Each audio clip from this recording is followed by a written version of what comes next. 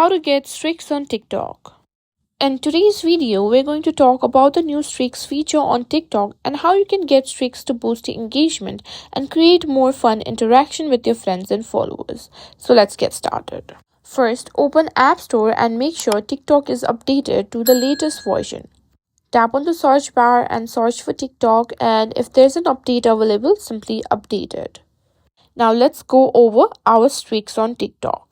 Streaks are a new feature TikTok introduced that reward users for consistently interacting with their friends. Just like Snapchat, TikTok allows you to keep streaks going by sending direct messages, commenting, and engaging with each other's content daily. Now let's get the streaks rolling. Open the TikTok app and go to the inbox section. Select the friend or follower you want to start a streak with. You can simply send a simple message like hey, or you can simply send a fire emoji.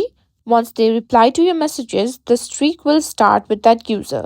But you'll need to keep interacting daily to keep the streak alive. As you can see, I have 161 streak over there.